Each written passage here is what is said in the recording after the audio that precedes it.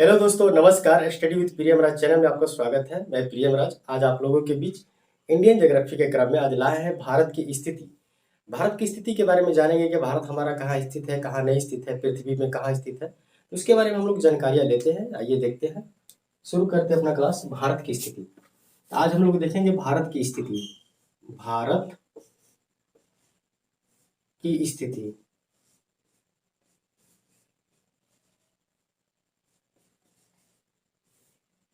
भारत की स्थिति के बारे में हम लोग क्या करेंगे, देखेंगे कि भारत हमारा कहाँ स्थित है, कहाँ नहीं स्थित है। इसके बारे में हम लोग चर्चा करते हैं, देखते हैं भारत की स्थिति।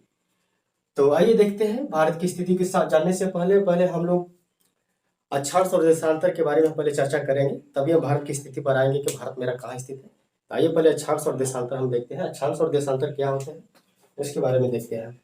देखिए, ये हमारा क्या है, पृथ्वी है। पहले हम अक्षांश को देखते हैं। पहले हम क्या देखते हैं, अक्षांश को देखते हैं। अक्षांश अक्षांश क्या होता है? अक्षांश क्या होता है? अक्षांश देखिए, ये हमारा क्या है, पृथ्वी है। इसके बीचों बीच से एक रेखा गुजरती है जिसे बोला जाता है यहाँ पर 0 डिग्री। इसे बीचों बीच से एक रेखा गुजरती है जिसे बोला जाता है 0 डिग्री। इसे इसका नाम दिया जाता है भूमध्य रेखा। भूमध्य भूमध्य रेखा क्या नाम दिया जाता है? भूमध्य रेखा। भूमध्य रेखा मतलब उसे कहते हैं, भू मतलब भूमि, मध्य मतलब बीचों बीच। वैसा रेखा जो बीचों बीच गुजरे उसी को बोलते हैं भूमध्य रेखा। इसे भूमध्य रेखा बोलते हैं। इसका एक और अन्य नाम है जिसका नाम है विषुवत रेखा। इसे ही बोला जाता है विषुवतीय रेखा। विषुवत रेखा, इसे विषुवत रेखा के नाम से भी जाना जाता है। और इसे इंग्लिश में इक्वेटर भी बोलते हैं। इंग्लिश में क्या बोलते हैं? इंग्लिश में इक्वेटर भी बोलते हैं। इसको इंग्लिश में इक्वेटर भी बोलते हैं। तो इसी विषुवत रेखा के ऊपर, यानी ऊपर होता है नॉर्थ, नीचे क्या होता है, साउथ। ऊपर नॉर्थ साइड में जो लाइनें इसके समानांतर खींची जाती है उसी को क्या बोला जाता है? अक्षांश बोला जाता है।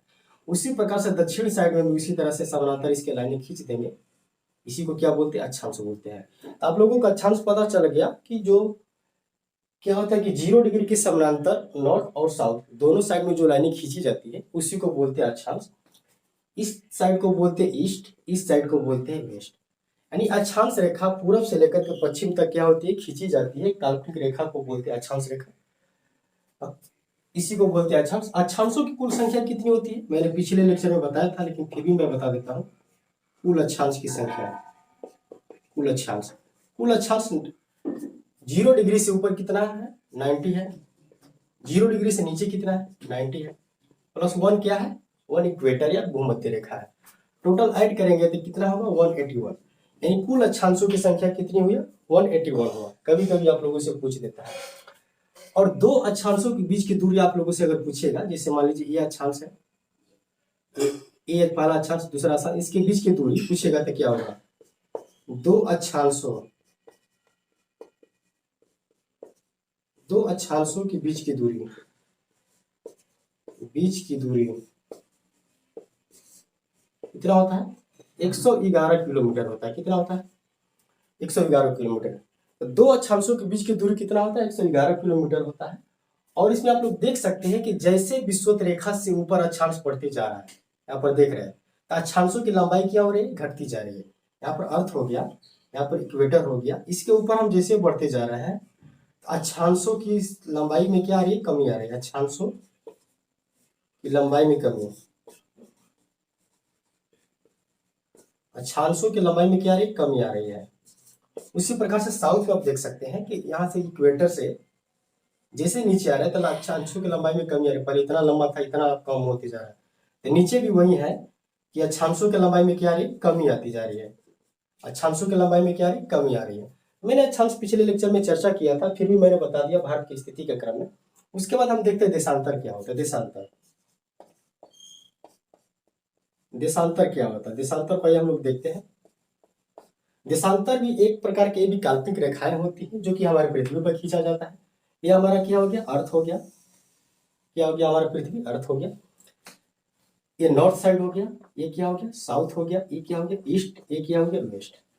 यानी नॉर्थ से साउथ तक जो काल्पनिक रेखाएं मिलाती है उसी को बोलते हैं देशांतर। यहाँ से 0 डिग्री जो देशांतर खींच रहा हूं मैं, इसको बोलते हैं 0 डिग्री देशांतर। ऐसे में काल्पनिक रेखाएं कुछ खींच रहा हूँ, इसी को बोला जाता है देशांतर रेखाएं बोला जाता है। क्या बोला जाता है? देशांतर बोला जाता है। जो 0 डिग्री देशांतर जो लाइन खींची गई है, लंदन के एक जगह पड़ता है 0 डिग्री देशांतर, 0 डिग्री देशांतर, ये लंदन, लंदन के एक जगह पड़ता है ग्रीनविच, ग्रीनविच नामक जगह से होकर गुजरता है, नामक जगह से गुजरता है। तो कभी कभी पूछ देता है कि 0 डिग्री देशांतर कहाँ से गुजरता है, तो ब्रिटेन के या लंदन के ग्रीनविच से होकर के क्या करता है, गुजरता है। देशांतरों के बारे में क्या जानते हैं? देशांतरों की क्या होता है, इससे क्या होता है, समय से देशांतर लाइन इसलिए खींचा जाता है ताकि इससे समय का ज्ञान हो सके, इससे समय की जानकारी हम लोग लेते हैं। इसके बाद देखते हैं कि नॉर्थ और पोल, नॉर्थ पोल, नॉर्थ पोल, पोल मतलब ध्रुव, उसके बाद साउथ पोल। नॉर्थ पोल और साउथ पोल के ध्रुव की तरफ जैसे जैसे जाते हैं देशांतर क्या होते हैं, सकरा होते जाता है। तो देशांतरों के बीच की दूरी क्या होते जाता है, देशांतरों, देशांतरों के बीच की दूरी, बीच की दूरी घटते जाता है, घटते जाता है। इसको आप लोग ध्यान में रखिएगा।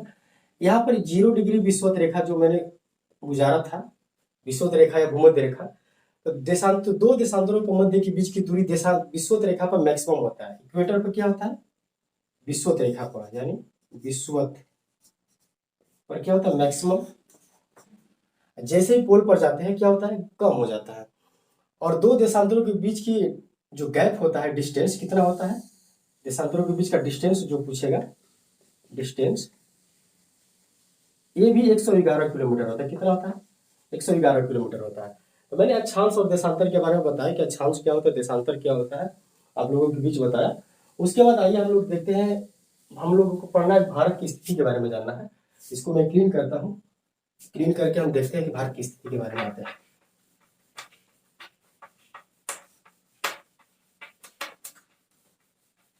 आइए देखते हैं, मैंने देशांतर और अक्षांश बता दिया। मैं पृथ्वी पर ड्रॉ करता हूँ। ये हमारा क्या हो गया, अर्थ हो गया।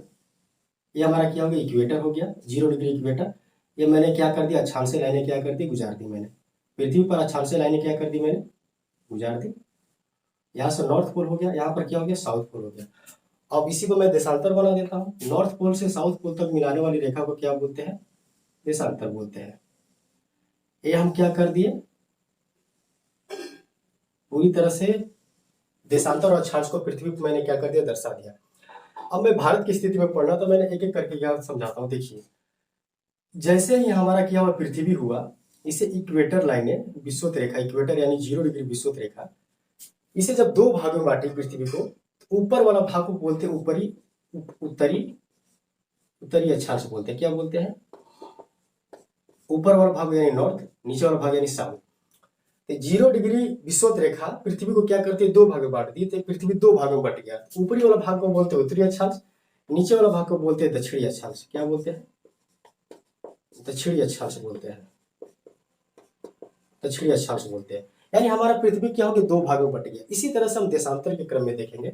मान लीजिए हमारा क्या हो गया, अर्थ हो गया, और मैंने देशांतर की लाइनों क्या कर दिया, ड्रॉ कर दिया। नॉर्थ से साउथ में देशांतर क्या कर दिया, मैंने ड्रॉ कर दिया। तो इस साइड का क्या हो गया, पूर्वी देशांतर, यानी देशांतर के क्रम में, इसे बोलते हैं पूर्वी देशांतर। इसे आप लोग उत्तरी अक्षांश की जगह उत्तरी गोलार्ध भी बोल सकते हैं, तो ध्यान में रखिएगा। गोलार्ध मतलब पृथ्वी को आधा भाग कर दिया, उत्तरी गोलार्ध। इसे बोल सकते हैं दक्षिणी गोलार्ध भी बोल सकते हैं, दक्षिणी गोलार्ध भी बोल सकते हैं, इसे दक्षिणी गोलार्ध भी बोल सकते हैं। इसको आप लोग ध्यान में रखिएगा। इसी प्रकार से क्या हुआ कि देशांतर लाइनें जैसे पृथ्वी पर गुजरी, तो इसको पृथ्वी को दो भागों में बांट दिया। एक को बोलते हैं पूर्वी देशांतर, पूरब साइड को पूर्वी देशांतर, पश्चिम साइड को बोलते हैं पश्चिमी देशांतर, पश्चिमी देशांतर, देशांतर। तो पृथ्वी क्या हो गया कि दो भागों में बट गया। जैसे इक्वेटर पृथ्वी के बीचों बीच से गया, तो पृथ्वी को दो भाग में बांट दिया। उत्तर वाला को भाग बोलते हैं उत्तरी अक्षांश या उत्तरी गोलार्ध, दक्षिणी भाग को बोलते हैं दक्षिणी अक्षांश या दक्षिणी गोलार्ध।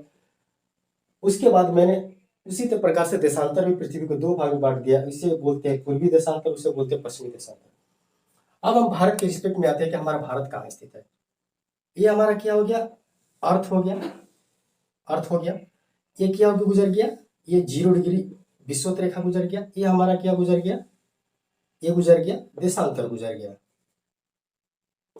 ये क्या गुजर गया, देशांतर गुजर गया। तो हमारा जो भारत है, भारत हमारा प्यारा सा भारत यहाँ पे स्थित है। कहाँ पर, यहाँ पर भारत स्थित है। हमारा भारत कहाँ पे स्थित है, यहाँ पर, यहाँ पर स्थित है। तो हम भारत की स्थिति में अगर पूछेंगे कि हमारा भारत कहाँ स्थित है, तो आप लोग जैसे मान लीजिए, या इसको मैं 1 मिनट के लिए मैं मिटा देता हूँ, इसको मैं मिटा देता हूँ, इसको मैं मिटा दिया। अगर मैं पूछूंगा कि बताइए भारत कहाँ स्थित है, तो आप लोग बताइएगा कि उत्तरी गोलार्ध। इक्वेटर पूरी तरह से पृथ्वी को 2 भाग बांट दिया, तो पृथ्वी हमारा भारत कहाँ उत्तर में है, तो इसको बोलेंगे उत्तरी गोलार्ध। उत्तरी गोलार्ध, उत्तरी गोलार्ध में स्थित है, सही है, एकदम बिल्कुल सही है। अब मैंने क्या किया कि देशांतर को मैंने ड्रॉ कर दिया और इसको क्या कर दिया, मैंने मिटा दिया, किसको, अक्षांश को मैंने मिटा दिया। अब पूछूंगा क्या बताइए भारत कहाँ स्थित है, आप लोग बोलिएगा कि पूर्वी गोलार्ध में, पूर्वी देशांतर, गोलार्ध नहीं पूर्वी देशांतर, उत्तरी गोलार्ध, और यहाँ पर लिख देंगे और पूर्वी देशांतर, पूर्वी देशांतर। यही होता है, कभी कभी बार बार पूछ देता है कि हमारा भारत की स्थिति कहाँ है, तो आप लोग बोलिएगा कि उत्तरी गोलार्ध में और पूर्वी देशांतर में हमारा भारत स्थित है। तो भारत के रिस्पेक्ट में आप लोग समझ गए कि कहाँ कहाँ स्थित है, उत्तरी गोलार्ध और पूर्वी देशांतर में स्थित है।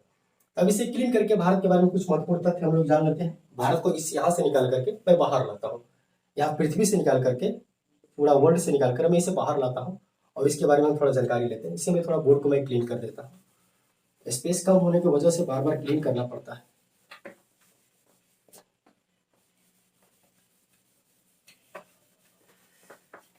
आप लोग देख लीजिए भारत हमारा कहाँ स्थित है, पूर्वी देशांतर और उत्तरी गोलार्ध में हमारा भारत स्थित है।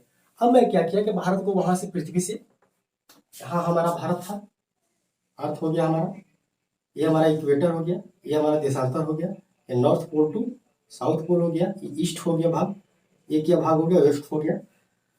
हमारा भारत यहाँ पर स्थित था, हमारा भारत यहाँ पर स्थित था। यहाँ से मैं पृथ्वी से, पूरे वर्ल्ड से भारत को मैं निकालता हूँ।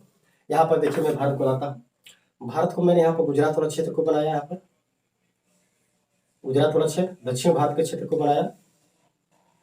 उसके बाद यहाँ पर उत्तर भारत वाला क्षेत्र को बनाया मैंने, अच्छा नहीं बनाया मैं, यहाँ से जाइए, इसके बाद आइए यहाँ पर दक्षिण उत्तर भारत वाला भाग बनाइए, जम्मू कश्मीर वाला क्षेत्र। यहाँ से आइए, उसके बाद यहाँ पर आइए हिमाचल प्रदेश, यहाँ पर सिक्किम वाला भाग बनाया, पूर्वोत्तर राज्यों को बनाइए। हमारा क्या बन गया, भारत बन गया, हमारा क्या बन गया, भारत बन गया। तब यहाँ से मैंने पृथ्वी से निकाल करके, वर्ल्ड पृथ्वी से निकाल करके, वर्ल्ड मैप से निकाल करके मैंने भारत को यहाँ पर रख दिया। अब इसके बारे में देखेंगे कि भारत का अक्षांशीय विस्तार क्या होगा। भारत का अक्षांश मतलब यहाँ से गुजरा हुआ है ना, यहाँ पे 0 डिग्री हो गया, ये यहाँ से 1 2 3 4 ऐसे करके जाएगा हमारा भारत, और बढ़ेगा। यहाँ पर एक जगह पड़ता है तमिलनाडु में, यहाँ पर कौन सा स्टेट है, तमिलनाडु। तमिलनाडु में एक जगह पड़ता है, तमिलनाडु में एक जगह पड़ता है कन्याकुमारी। कौन कुमारी, कन्याकुमारी। तमिलनाडु में एक जगह पड़ता है कन्याकुमारी। कन्याकुमारी से शुरू होकर के यहाँ पर पड़ता है राज्य, एक राज्य अब वर्तमान में नहीं रह गया, अब एक यूटी हो गया है, जम्मू कश्मीर। जम्मू कश्मीर में एक जगह पड़ता है इंदिरा कौल, इंदिरा कौल एक जगह पड़ता है, इंदिरा कौल जगह पड़ता है, कहाँ पर, जम्मू कश्मीर पड़ता है। तो कन्याकुमारी से लेकर के इंदिरा कौल तक भारत का अक्षांशीय विस्तार क्या होगा। यहाँ से देखिए, यहाँ से 8 डिग्री के ऊपर, डिग्री 4 मिनट, 4 मिनट के ऊपर 1, 8 डिग्री 4 मिनट से शुरू होकर के यहाँ पर आता है 37 डिग्री 6 मिनट तक अक्षांशीय विस्तार के साथ भारत कहाँ विस्तृत है। यहाँ पर देखिए मैं बनाता हूँ, यहाँ से मैंने नॉर्थ से साउथ, नॉर्थ भाग हो गया, साउथ हो गया।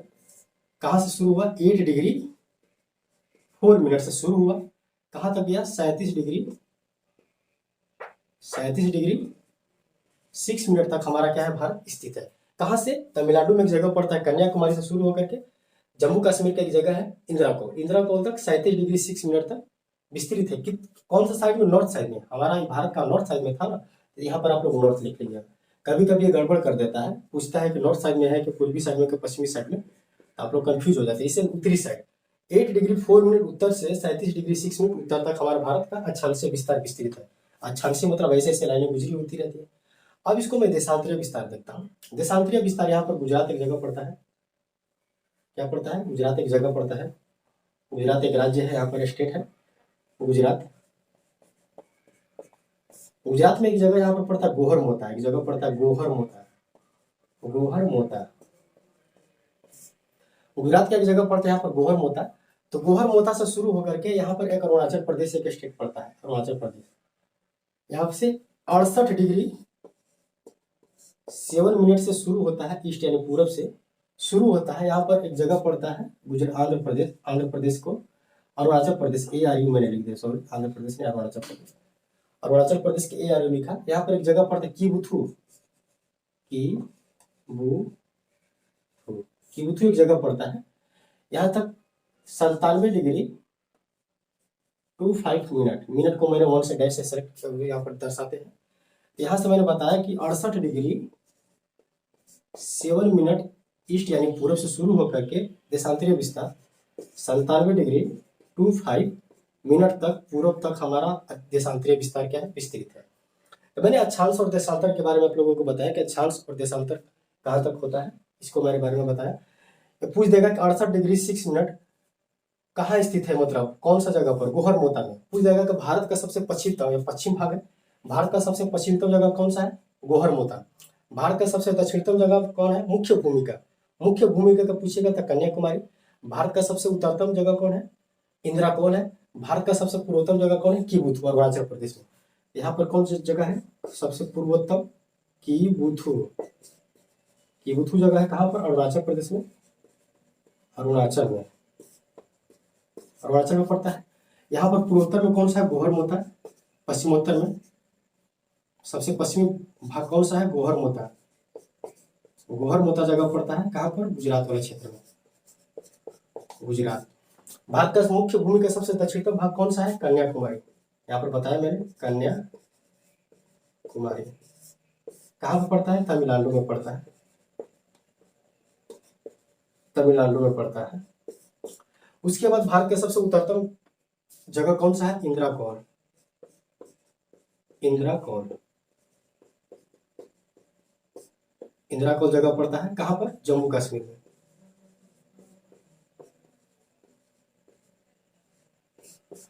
तो मैंने क्वेश्चन आप लोगों को बता दिया कि भारत का सबसे पूर्वोत्तम जगह कौन सा है? किबुथु। पश्चिमोत्तर जगह कौन सा है? गोहर मोता। भारत का मुख्य भूमि का सबसे दक्षिणतम भाग कौन सा है? कन्याकुमारी।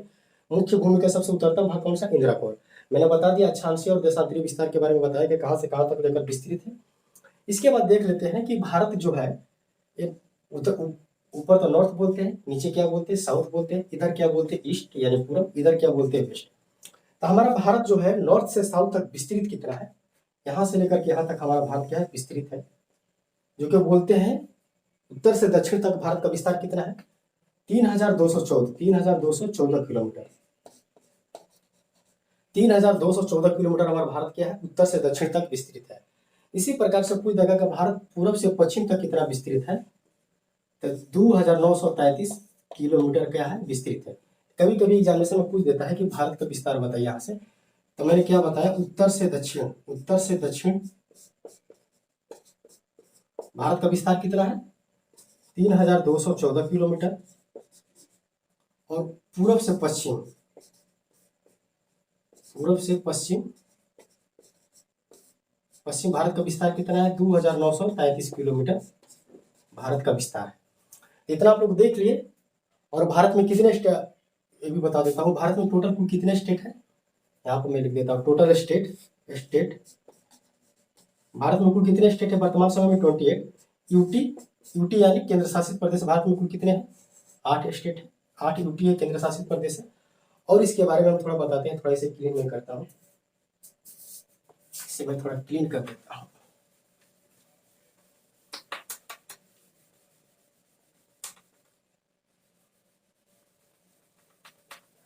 उसके बाद भारत के बारे में बताते हैं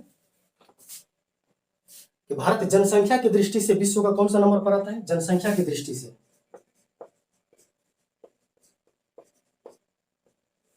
जनसंख्या के दृष्टि से विश्व में कौन सा स्थान पर आता है? विश्व में विश्व में अभी वर्तमान रिसेंटली अभी अपडेट है, विश्व में भारत पहला स्थान जनसंख्या के मामले में आता है। भारत का जनसंख्या अभी वर्तमान में कितना है? भारत का जनसंख्या 142.87 करोड़। कितना है? 142.87 करोड़। पहला स्थान पर आ गया। दूसरा स्थान पर चाइना आ गया। भारत ने क्या किया? चाइना को क्या कर दिया? पछाड़ दिया जनसंख्या के मामले में। चाइना जो कि पहले विश्व में पहला स्थान रखता था, लेकिन अब वर्तमान समय में सेकेंड स्थान रखता है। तो चाइना क्या दूसरे स्थान पर आ गया। कितना जनसंख्या यहाँ क्या है? 142.57 करोड़ यहाँ पर है जनसंख्या। यहाँ पर जनसंख्या कितना है चाइना का? 142.57 करोड़ यहाँ पर जनसंख्या है। तो जनसंख्या की दृष्टि से देख लिया भारत पहला स्थान पर आता है। उसके बाद क्षेत्रफल की दृष्टि से, क्षेत्रफल की दृष्टि से भारत कौन सा स्थान पर आता है? क्षेत्रफल की दृष्टि से, क्षेत्रफल की दृष्टि से विश्व में भारत का स्थान, भारत का स्थान क्षेत्रफल की दृष्टि से विश्व में भारत का स्थान कौन सा है? ये 7वां स्थान पर आता है। कौन सा स्थान पर आता है? 7वां स्थान पर है। एक इसका ट्रिक है, आप लोग ध्यान में रख लीजिएगा, मैंने अपना तरीका से पढ़ा है। रू क ची अ ब्रा आ भा, ये मेरा ट्रिक है। रू मतलब होता है रसिया, रूस, रूस। क मतलब होता है कनाडा। ची मतलब होता है चीन। अ मतलब होता है अमेरिका। ब्रा मतलब होता है ब्राजील। आ मतलब होता है ऑस्ट्रेलिया।